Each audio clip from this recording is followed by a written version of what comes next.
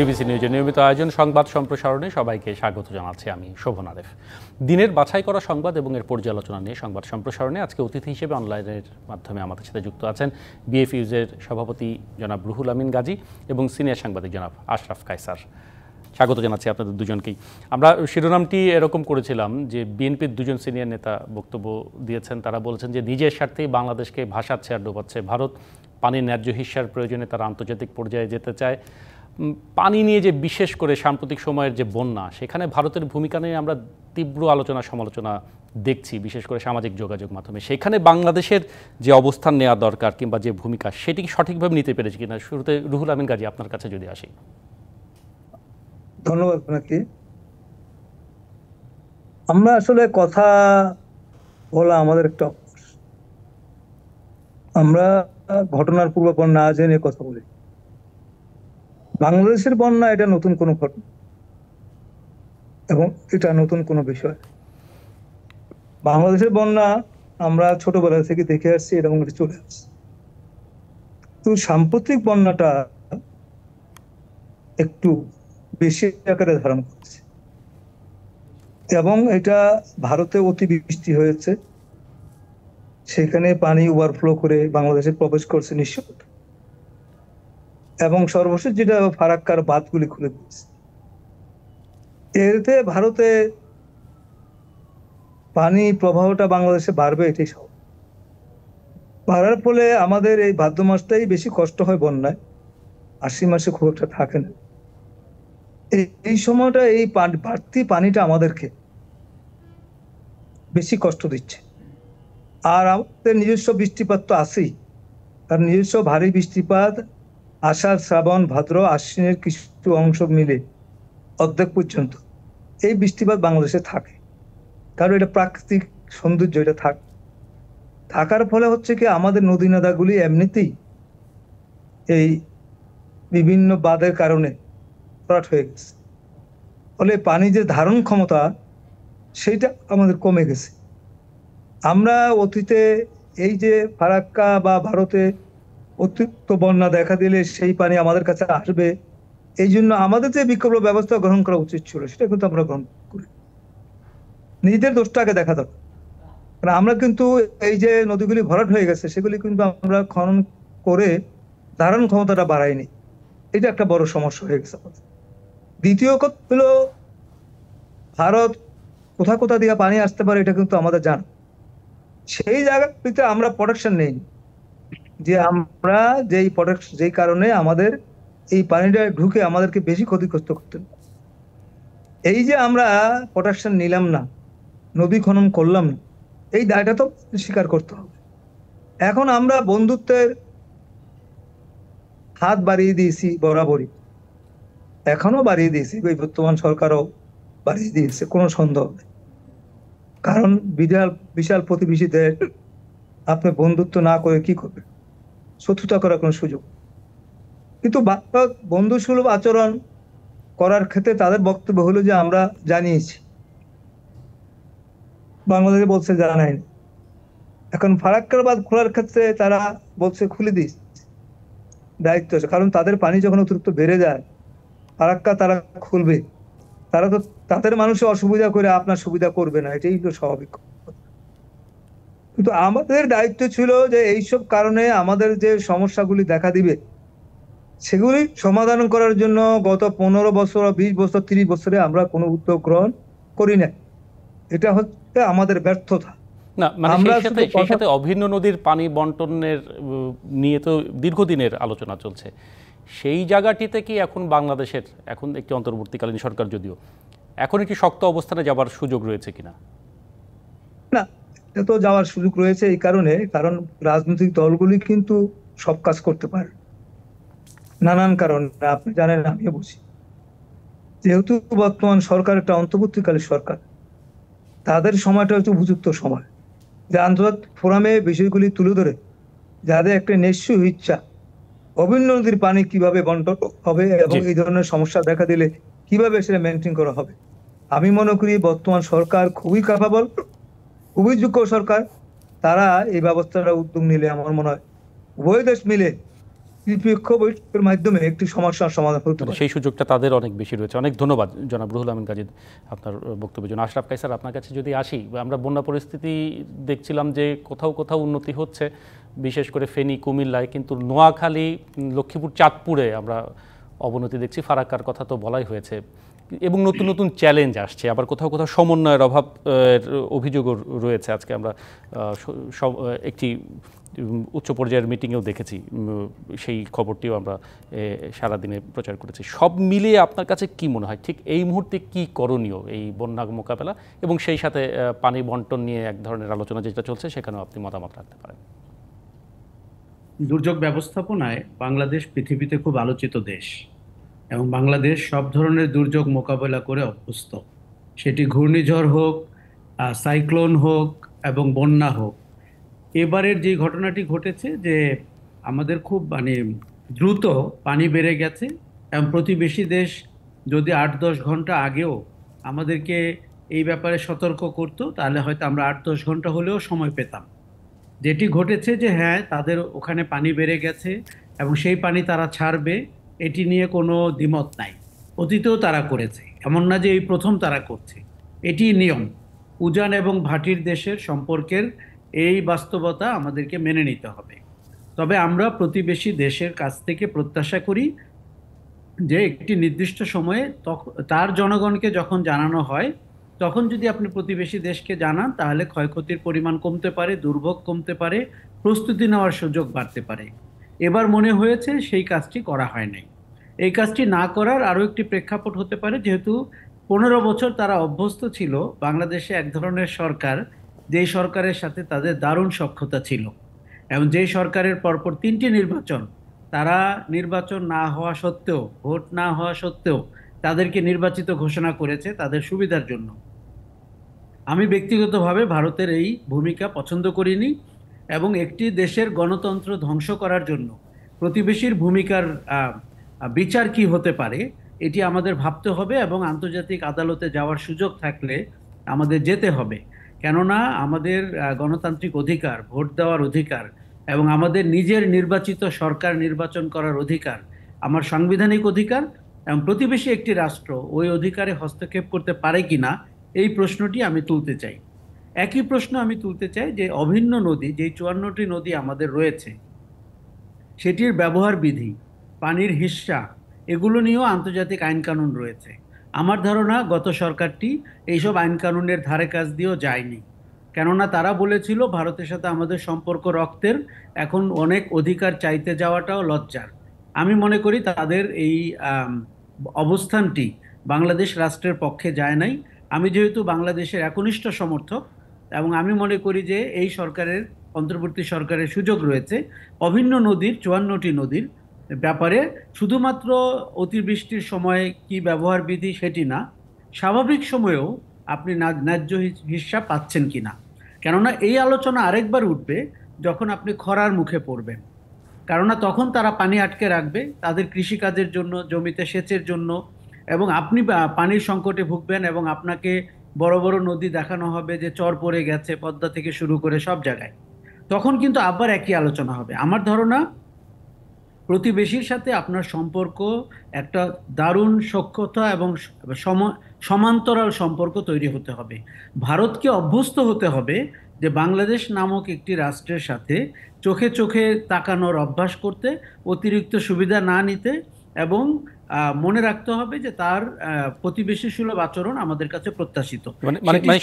সেই সময়টি এখন এসেছে বলে আপনি মনে করছেন জনাব? আমার মনে হয় সেই সময় এসেছে, কেননা দেখুন, আমরা 5 আগস্টের আগে পরে ভারতের অন্যান্য কিছু আচরণ দেখেছি, তাতে আমরা প্রতিবেশী হিসাবে তাদের ব্যাপারে দুঃখিত হয়েছি।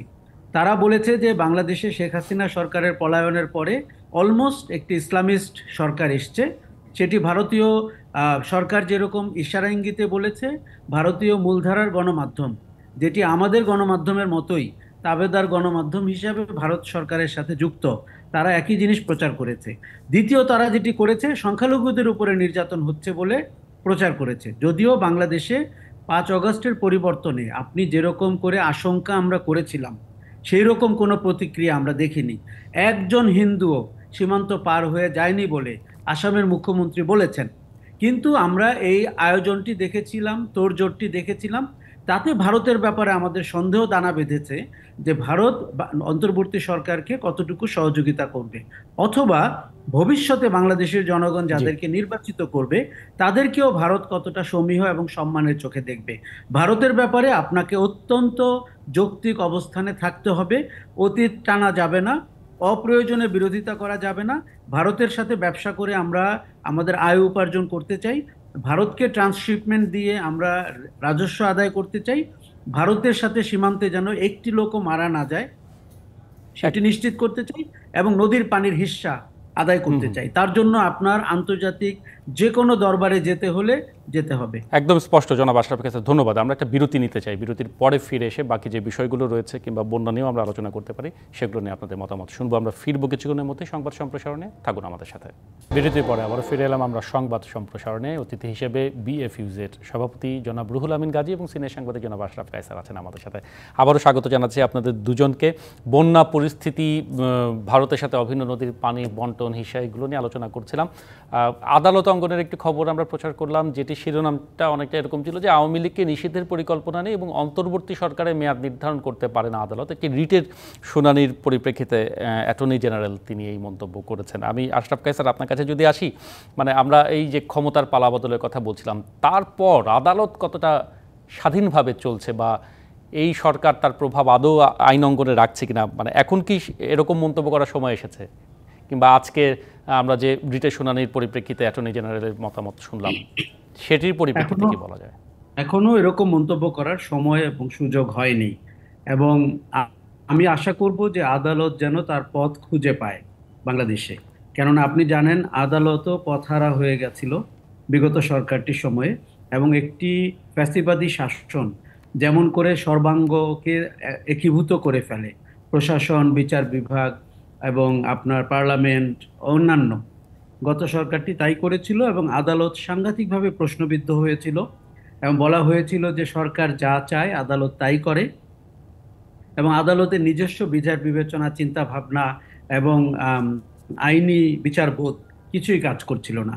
তার অনেকটা প্রমাণ আমরা দেখলাম সরকারটি যখন পালিয়ে গেল, তখন আদালতের বিচারকরাও পালিয়ে গেল এবং তারাও আপনি আত্মগোপনে চলে যেতে দেখলেন এবং তাদেরকে গণহারে পদত্যাগ করতে দেখলেন, অ্যাটর্নি জেনারেল সহ। প্রধান বিচারপতি তো বটেই। এবং পৃথিবীর ইতিহাসে আমি আর কোনো উদাহরণ জানি না যেখানে কোনো সরকার পলাতক হলে তার বিচার বিভাগ পলাতক হয়, পুলিশ প্রধান আন্ডারগ্রাউন্ডে চলে যায়, সংসদ সদস্যরা আন্ডারগ্রাউন্ডে চলে যায়, সচিবরা আন্ডারগ্রাউন্ডে চলে যায়, এবং আইন শৃঙ্খলা রক্ষাকারী অন্যান্য বাহিনীও আন্ডারগ্রাউন্ডে চলে যায়। তার মানে আমরা যে বলছি যে একটি ফ্যাসিবাদী শাসন কতটা প্রখর হতে পারে এবং কতটা টোটালিটেরিয়ান হতে পারে, বিগত আওয়ামী লীগ সরকারটি কিন্তু তার প্রমাণ। যেখানে আপনি আওয়ামী লীগকে খুঁজে পাননি, কারণ দলীয় রাজনৈতিক লোকজনকে আমরা দেখিনি, সরকারটির মধ্যে কোনো রাজনীতির চর্চা আমরা দেখিনি, সরকারটির ভেতরে দলীয়করণ দেখেছি, প্রশাসনকে আত্মীকরণ দেখেছি, এবং রাষ্ট্রীয় কর্মচারী এবং বাহিনীগুলোকে দলের কর্মচারী এবং বাহিনী হিসাবে ব্যবহার করতে দেখেছি। আমরা যদি একটু আদালতের বিষয়ে আসি, আমার খুব ইচ্ছা দেখা যে স্বাধীন আদালত এবং স্বাধীনভাবে কাজ করতে পারে কিনা। আমার মনে হয় যে যেই রিটের ব্যাপারে আজকে দুটি মন্তব্য হয়েছে, একটি হচ্ছে যে আওয়ামী লীগের রাজনীতি নিষিদ্ধ হবে কিনা, আরেকটি হচ্ছে অন্তর্বর্তী সরকারের মেয়াদ তারা ঠিক করতে পারেন। এটি মাত্র 15 দিন হয়েছে সরকার, এবং মাত্র 20 দিন হয়েছে দলটি পলাতক অথবা প্রধানমন্ত্রী পলাতক। এই অবস্থায় এটা প্রিম্যাচিওর। তবে ভবিষ্যতে আপনি জানেন যে প্রায় 1000 খানেক ছাত্র জনতাকে হত্যা করা হয়েছে, এবং আওয়ামী লীগ এবং তার অঙ্গ সংগঠন হত্যা করেছে মানুষকে, পুলিশ করেছে, বিডিআর করেছে, র্যাব করেছে, অন্যান্য স্পেশালিস্ট বাহিনীরাও করেছে। তার সমস্ত ফুটেজ রয়েছে, সমস্ত ছবি রয়েছে, এবং আমরা নিশ্চিতভাবেই দেখতে চাই যে এই প্রত্যেকটি হত্যার, আমি আবারও বলছি, প্রতিটি হত্যার, তার মানে 1000 মানুষের, প্রতিটি মানুষের হত্যার বিচার যেন হয়, এবং তার জন্য অভিযুক্ত যিনি হুকুম দিয়েছেন, যিনি গুলি করেছেন, যিনি টেনে হেঁচড়ে নিয়েছেন, তার জন্য আমরা আন্তর্জাতিক অপরাধ ট্রাইব্যুনালে বিচার হতে দেখতে চাই। সেই বিচারের ভেতর দিয়ে আপনি যদি মনে করেন যে আওয়ামী লীগ দলটি সন্ত্রাসী দল হিসাবে পরিগণিত হবে, কেননা যুবলীগ ছাত্রলীগ বলে যে হেলমেট বাহিনীকে আমরা রাস্তায় নামতে দেখেছি, যে আমাদের স্টুডেন্টদেরকে ক্যাম্পাসে ঢুকে, হলগুলোতে ঢুকে, এমনকি ঢাকা মেডিকেলে ঢুকে পিটিয়েছে, আক্রমণ করেছে, আহত করেছে, সেটি যদি সন্ত্রাসী দল হয়, তখন কিন্তু আপনি তার রাজনীতি করার অধিকার থাকবে কিনা, মানে দলের নাম সেটি তখন বিবেচ্য থাকবে হবে কিনা, বলে আপনি মনে লোগো করছেন? জি, থাকবে কিনা, হ্যাঁ, এবং সেই নির্বাচনে অংশ নিতে পারবে কিনা, এমন একটি স্বাধীন হ্যাঁ। আদালতের স্বাধীন রায়ের অপেক্ষায় আমরা। অনেক ধন্যবাদ জনাব রুহুল আমিন গাজী। মানে আপনারও একই মত কিনা, কিংবা আজকের রিটের শুনানির পরিপ্রেক্ষিতে আপনি আসলে বিষয়টিকে কিভাবে দেখেন? দেখেন, আমি একজন সাংবাদিক নেতা হিসেবে 17 মাস 18 দিন একটানা কারাগারে ছিল, এবং আপনাদের জানা আছে আমার বেল পিটিশনের শুনানি পর্যন্ত আদালত গ্রহণ করতে চাই। আমি এত বড় ক্রিমিনাল, এত বড় দুর্দর্শ অপরাধী, যে আমার বেল পিটিশন শুনানি গ্রহণ করা যাবে? তো এই দুর্ভাগ্য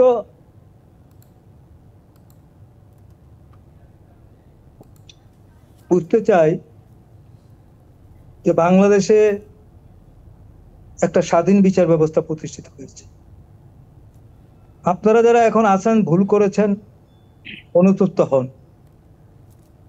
আমরা চাই না আপনারা চাকরিচ্যুত হন। আমি ব্যক্তিগতভাবে চাই আপনারা সকলে থাকেন, বাট আপনারা কারো পক্ষের বিচারক হওয়া দরকার।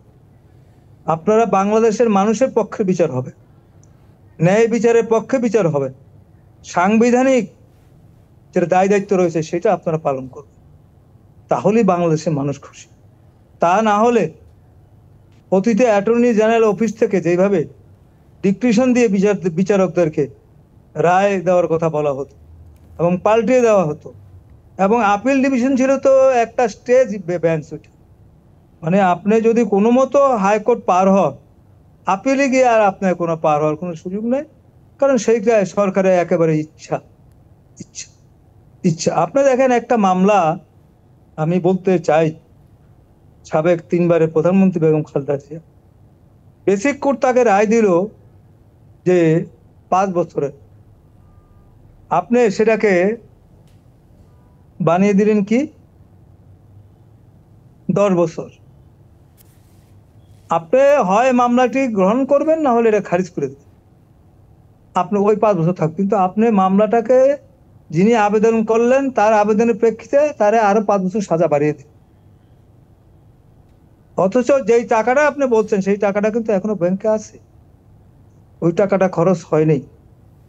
তো এরকম যদি বিচারক হয়, এরকম যদি রায় হয়, সেই বিচারকদের প্রতি মানুষের কিছু আস্থা থাকে?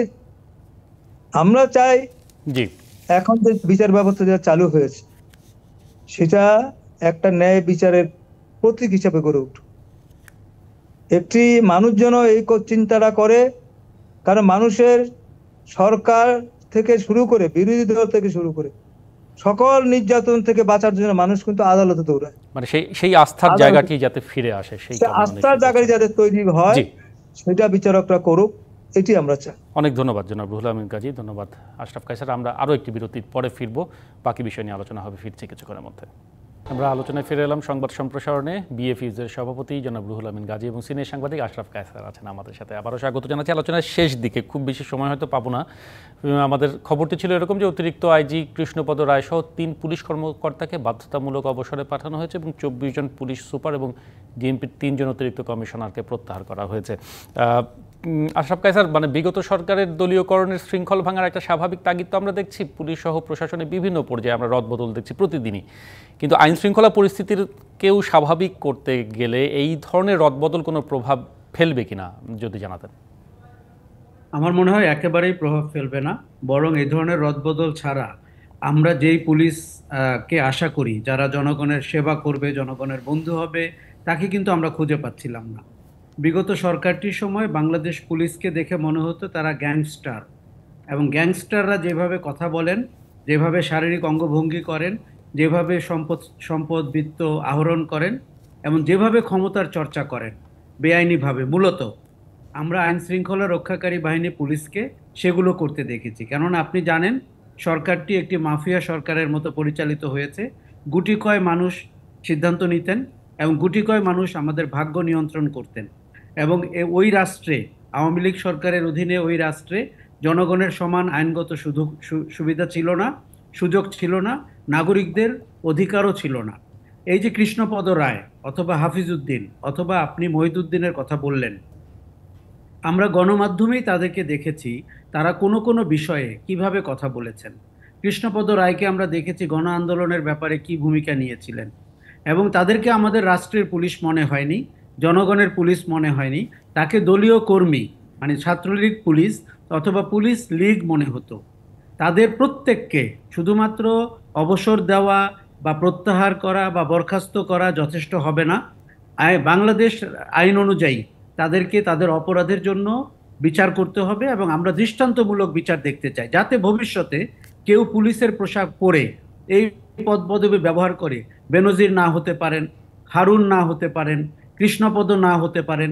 দেখুন, আগে আমরা কখনো এতগুলো নাম বলতে পারতাম না পুলিশের ব্যাপারে। পুলিশের আজকের ঘটনার আমার মনে হয় আরও ঘটাতে হবে, রদবদল করতে হবে, অবসর দিতে হবে, এবং তাদেরকে আইনের আওতায় আনতে হবে। আমরা পুলিশকে দেখতে চাই একজন সাধারণ নাগরিকের মতো তার অপরাধের জন্য বিচারের মুখোমুখি হতে। দেখুন, এবারের ক্ষমতার পরিবর্তনের পরে আমি একটি কথা খুব বলছি, কাউকে আপনি সাংবাদিক, বিজ্ঞানী, চিকিৎসক, পুলিশ ইত্যাদি ভাববেন না। কাউকে যদি আপনার মনে হয় উনি অপরাধ করেছেন, ফ্যাসিবাদী সরকারের সাথে থেকে তার পদের অপব্যবহার করেছেন, তাকে আপনি অপরাধী হিসাবে বিবেচনা করবেন। আমরা যদি ভেবে থাকি সাংবাদিক বলে তাকে কষ্ট দেওয়া হচ্ছে, ডিবি অফিসে হেলমেট পরিয়ে বসে রাখা হয়েছে, আমরা বোকার স্বর্গে বসবাস করছি। তবে আমরা তবে আমরা যেটি চাই, গণহারে হত্যা মামলা না দিয়ে প্রত্যেকটি অপরাধীর স্পেসিফিক অপরাধে মামলা করা হোক এবং সেই অনুযায়ী তদন্ত করা হোক। একদম স্পষ্ট আপনার বক্তব্য। ধন্যবাদ জনাব আশরাফ কায়সার। রুহুল আমিন গাজী, আপনার কাছে জানতে চাই যে এই রদবদল কোনো প্রভাব ফেলবে কিনা, কিংবা পুলিশকে একটি পেশাদার দল হিসেবে গড়ে তুলতে গেলে আরও কি কি পদক্ষেপ নেওয়া উচিত বলে আপনি মনে করেন? দেখেন, আমি দীর্ঘদিন ক্রাইম রিপোর্টিং করেছিলাম।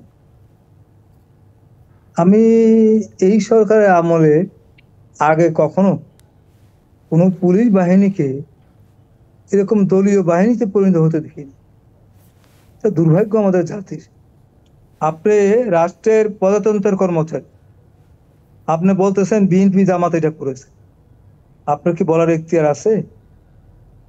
আমরা আরো অনেক কথা বলেছি, আপনি কিভাবে মানুষ হত্যা করেছেন, কিভাবে একটা জনসভা ভেঙে দিয়েছেন, কত কাহিনী আপনারা করেছেন। এই দুই একজন বাদ দিলে বা দুই একজন সরিয়ে ঘুরিয়ে ফিরিয়ে বর্তমান প্রশাসন চেষ্টা করছে যে যতটা দুষ্মুক্ত করে একটা প্রশাসন চালানো যায়, কিন্তু এইসব পরিবর্তনের মধ্য দিয়ে পুলিশকে পুরোপুরি শুদ্ধাচার করা যাবে না। আমি মনে করি পুরো পুলিশ বাহিনী ঢেলে সাজাতে হবে, এটা সময়ের ব্যাপার। তবে একেবারে যেগুলি চিহ্নিত বা যেগুলি একেবারে মোটা দাগের অপরাধী, তাদেরকে আমার মনে হয় যে একটা ব্যবস্থা করে কোনো রকম রিলিফ দিয়ে একটা ব্যবস্থা করার চেষ্টা করতেছে। আমি মনে করি বর্তমান সরকার মাত্র 20 দিন বা কয়েকদিনের সরকার, তারা এর মধ্যে যথেষ্ট যোগ্যতার প্রমাণ রেখেছে, এবং এই দাবিনামার নামে যারা ওই স্বৈরাচারের দোসররা আবার মাঠে নেমেছেন, তারাও পার পাবেন। কারণ আমরা বুঝি এত দাবি কোথায় ছিল আপনাদের, এতদিন কোথায় ছিল? 15 দিনের সরকারের কাছে সব দাবি নিয়ে আসছেন আপনারা। একটা আনসার বাহিনী আপনি চিন্তা করতে পারেন সে সচিবালয় দখল করে, ভাবা দেয় এটা আমাদের কাছে, কাজে এটা হতে পারে না। আমি মনে করি আমাদের সমস্ত বাহিনীকে একটা শৃঙ্খলার মধ্যে আনতেই হবে। যেমন আইনাগরিক আনতে হবে, সমস্ত বাহিনীকে আপনার একটা শৃঙ্খলার মধ্যে আনতে হবে। তা না হলে এই দেশ, আমাদের যে সাম্যের দেশ, ন্যায় বিচারের দেশ, মানুষের গণতান্ত্রিক রাষ্ট্র, সেই জায়গাটি স্পষ্ট মানে সুনিশ্চিত হবে। অনেক ধন্যবাদ রুহুল আমিন গাজী, ধন্যবাদ আশরাফ কায়সার, দুজনকে। এই ছিল আমাদের আজকের সংবাদ সম্প্রসারণে। থাকুন ডিবিসি নিউজের সাথেই।